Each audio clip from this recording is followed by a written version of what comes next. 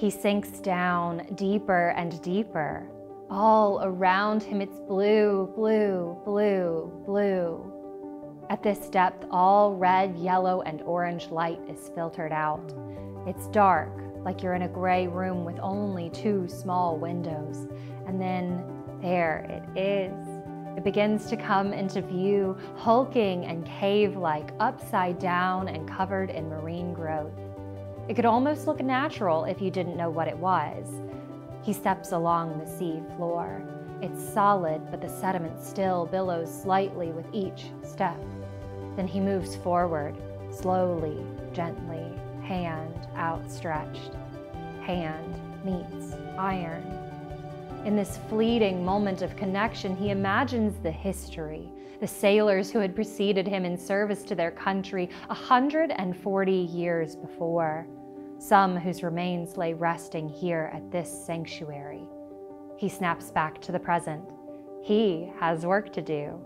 He is bosun's mate first class, diver first class Michael Simo Simonetti, and he is working to help raise USS Monitor's turret in the summer of 2002.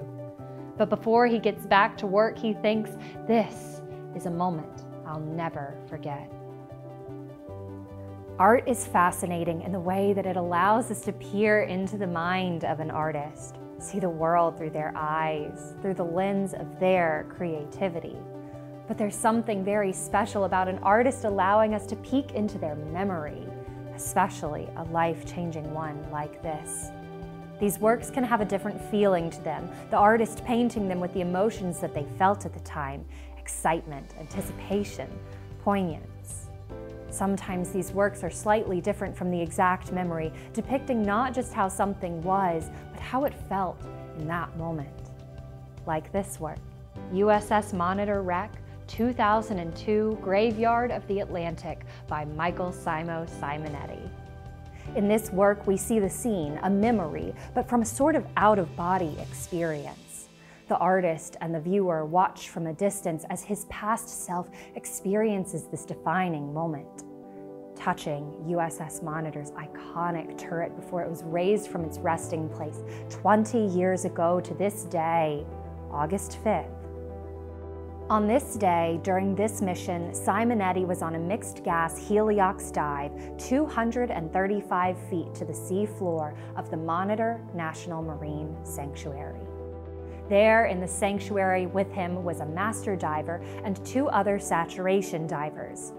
He had 2 important jobs: to run a cable around the hull so it could later be cut away to allow the turret to be raised to the surface, and then to look for artifacts. In this painting, though, despite the reality of the situation, Simonetti has presented himself alone. I had the opportunity to speak with the artist, and when I asked him why he chose to paint the work in this way, he described to me the feeling of privacy in this moment. The hard dive helmet he wore limited his field of vision, which was already obscured by the water that he described as being like a cloudy day.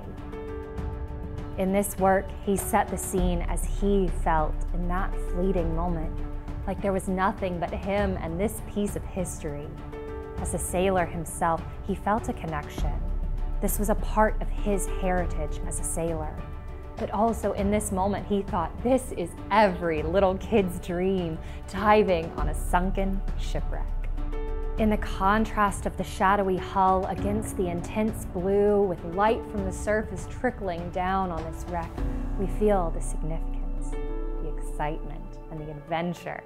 This is like something out of a storybook, a tale to pass on, something to remember. Michael Simonetti began his naval career in helicopter search and rescue, but applied to dive school 3 times to get out of that field.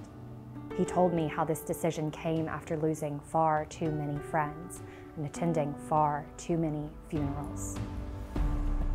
But in dive school, and as his diving career began, he recalls how much fun he had.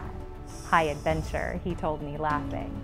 He thought back to when he was a little kid and he would watch Jacques Cousteau and dream of being an oceanographer.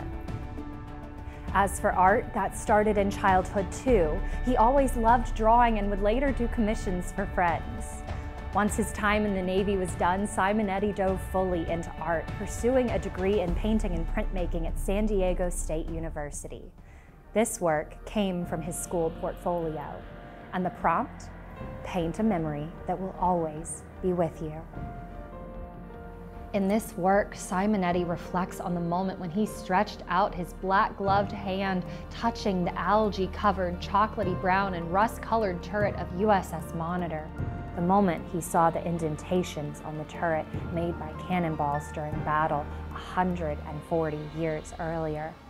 The moment he connected with its crew and with the legacy of those who have served and gone before him. He painted this work to commemorate the history that he touched, that he helped to save. And not only that, but also to celebrate this memory, a story he will be proud to share with his now 2-year-old granddaughter. His service in the Navy, both before in helicopter search and rescue and later as a part of the USS Monitor recovery team of divers, is a part of his story, his legacy. But it's also so much bigger than that. He and the role he played in his 2 weeks on this mission affected not just his own personal history, but also became entwined with USS Monitor's 160-year history. On this mission, too, he and the conga line of divers from all over the world, as Simonetti described them, became close, joined together through their shared dedication and commitment to this incredible feat. The service of all of the expedition participants over the years, NOAA, the U.S. Navy, the archaeologists, the engineers, the divers, our own museum team, and so many more, made this mission possible. Together, they realized the amazing feat of finding USS Monitor and recovering its turret, as well as countless other artifacts.